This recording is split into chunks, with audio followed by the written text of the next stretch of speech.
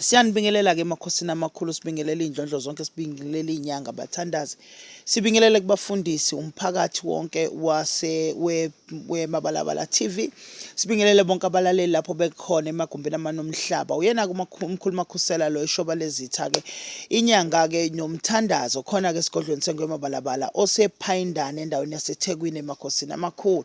Siyakhuleka kunina nonke, siyayibonga isupport ezisiqhubeka amakhosi amakhulu. Siyacela ukuthi niqhubeke ni like and subscribe, niqhubeke ni share ne content esikhuluma ngayo. Namhlanje ke sizokhuluma ke ngo part 2 wokuphahla ozoqhubeka ugcina usukhuluma nangeladi. Liyini iladi? Iladi silenzelani? Makhosi amakhulu ke kunempambano efika ibe khona kokunye uthola ukuthi umuntu mangabe izinto zakhe zivalekile, mangabe izinto zakhe ingahambi kahle, mangabe khona izinto zakhe ezingavuleki nezingaveli, noma uhamba abalaphi abayicazulula indaba yakho, uyabona nawe ukuthi impela inokubuya phambili udonsele emuva, uthatha 2 steps phambili masuhlehla 10 steps back. And uyabona ukuthi sonke isikhathi mawuzama ukulungisa izinto zakhe azikhanyi, izinto zakhe azikwazi ukulunga.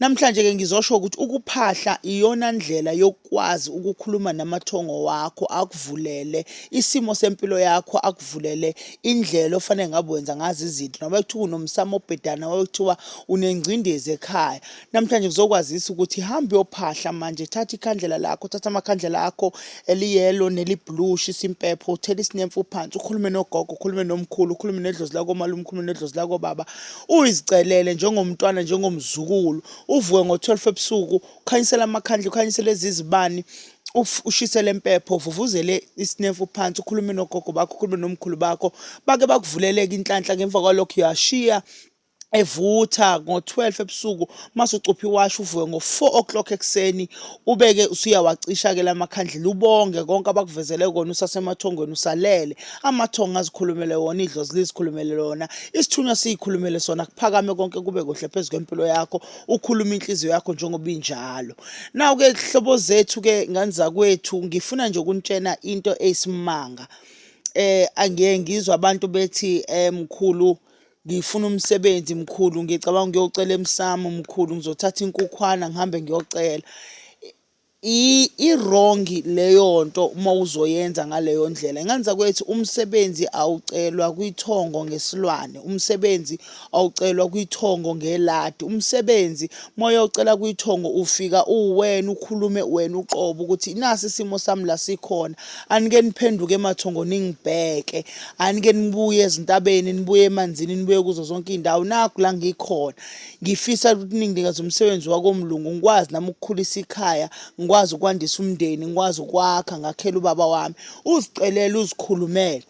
Mase kuza kulo msebenzi weladi. Umsebenzi weladi nganza kwethu umsebenzi obaluleke kakhulu, because this is a way of offering, this is a way of showing appreciation kwizinto zedlozi nezinto zamathongo. Nawo ke iladi liyenziwe endaweni yasentabeni, liyenziwa kuma caves, liyenziwe ehlane, liyenziwa emanzini. Mengithi amanzi ngikhuluma ngomfula, ngikhuluma ngolwandle, ngikhuluma ngempophoma, ngikhuluma ngesiziba. Iladi contains of amakhandlela. Mina esigodlweni ngike ngithi umuntu akenze ngamakhandlela wonke awu-8.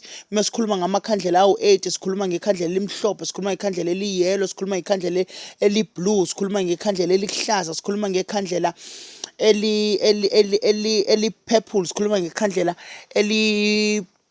pink, eli-brown, eli-orange, mase sikhuluma ngekhandlela elibomvu. Lamakhandlela uyawashisa wonke la usuke khona uyowenza iladi lakho, uzibekele umqombothi noma uzithengele lo gologo omhlophe nomgologo obomvu.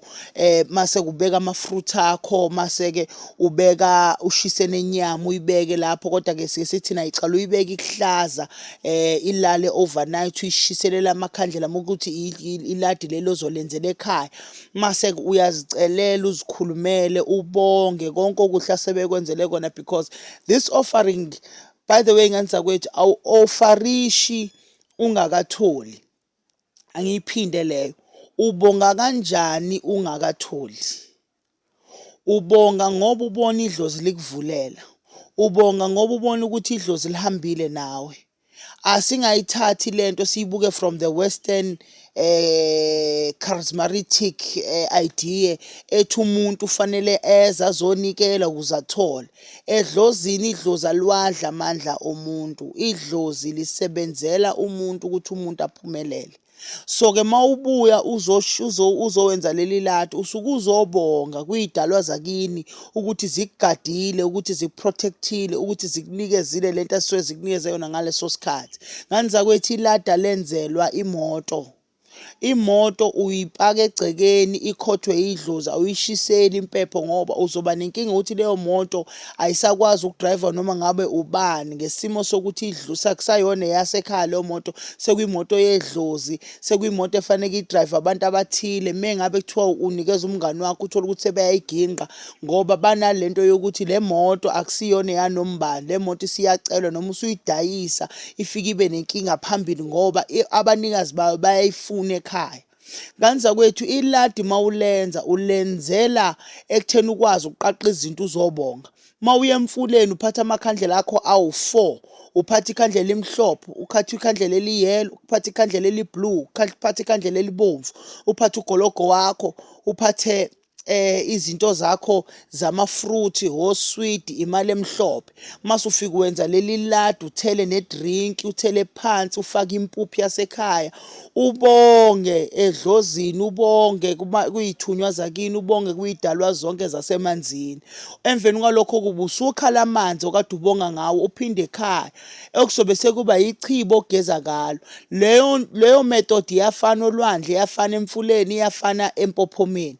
Uma siye kuma-caves, uma siya ey'ntabeni, uma siya elokhunjaneni, uma siya ey'ntabeni, uma siya ehlane, sifaka ikhandlela a-brown, sifaka ikhandlela elihlaza. La makhandlela lawo owafakayo kula makhandlela ekuyelimhlophe, eliyellow, eliblue, elihlaza, usukhuluma manje ney'dalwa noma ney'thunywa zaphansi.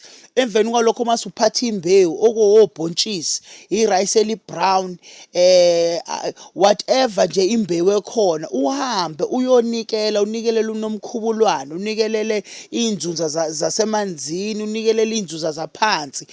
Lezi zinto usuke uzenzela ukubonga noku-appreciate ukuthi bahambile nawe. La uphinde futhi ucele ukuthi abaqhubeke bahambe nawe, bakwandisele nalokho asebekuphe kona. Dlozi-ke ngiyacela ukuthi uma uwenza iladi elikhulu ulenzele ekhaya, faka phela ukudla kwesiZulu. Ijuba ukuthenga ijuba is the last option. Kaya ekhaya kunuka iy'nsipho, uthele lezi nsipho egcekeni, uke wenze nje idlozi lakho lijabule, ulibekele imfino, ulibekele amadumbu, ulibekele ubhatata, ulibekele isitambu, ulibekele isigwaqana, uthi dlana, ubize okhokho bakho bonke uthi abeze ngekhathi uphahla, ucele zonke izinto oy'celayo, ukhulume nedlozi, ukhulume nomkhulu bakho, ukhulume nogogo bakho, usondeze zonke iy'dalwa zakini zize. Nawu-ke umuntu kuyabuza, mkhulu, ekhaya basindisiwe, ekhaya abanawo umsamo, ekhaya ngenza njani? Ayikho inkinga ngani yakwethu, zonke izinto zakho mawukuthi awunawo umsamo sike sizenzele emanzini. La khona simemeza iy'dalwa zakini la zidukele khona ngoba lezi iy'dalwa njengoba umsamo ungekho okusho ukuthi zikhona kodwa azikho egcekeni lasekhaya ngoba azange zifakwe. Nawu-ke Dlozi-ke uyilungisa kanjani leyo isiyinsebenzo yangelinye ilanga. Kodwa-ke lesikhuluma ngayo manje ukuthi-ke hamba uyophahla, ukhulume nedlozi lakho, ukhulume ney'dalwa zakho, izinto zakho ziqaqeke ngoba noma uhambe enyangeni uyofuna usizo, uma ungazange washisa impepho wacela noma uguqeke nje emsamo, uma unganayo impepho uthi-ke Dlozi lami ngicela uhambe nami ngiyakasibani bani manje ngiyohlola, ngiyofuna ukuthi ngivulelwe. Idlozi liyawufika phambili likwenzele ezibukwayo, lisho ukuthi impela lo umntwana wami, into engifisa ungenzele yona-ke mkhulu, u1 no2 no3 no4, umakhosi uzowenza njengoba ithongo selishilo. Nganizakwethu ukuphahla kubalulekile, ukwenza iladi njalo mawuthola izinto kubalulekile, mawuthola umsebenzi ubeke iy'nkukhu zakho ezimbili, esiqhude nesikhukukazi esimhlophe, uthi ngiyabonga iy'ndlela zami zibe mhlophe, ubonga umsebenzi, ubonga izinto abakunikeza zona. Kanza kwethu-ke ukusebenza kwezangoma akufani. Ungathi mawuzwe kuthiwa kwisigodlo sengwemabalabala kuthatha iy'nkukhu mase kuba khona othi thatha imbuzi mase uthi hhayi lothi angithatha imbuzi udlala ngami. Kanti nayo indlela ambulelwe yona, embulelwa yithongo nangendlela yena asebenza ngayo.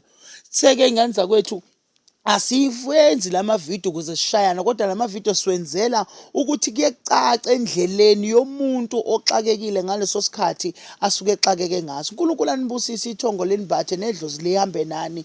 Ngiyakhuleka ukuthi zonke iy'ngelosi zasezulwini zike zibheke nekhaya lakho, zibheke nabantwana bakho. uNkulunkulu akubusise, amen.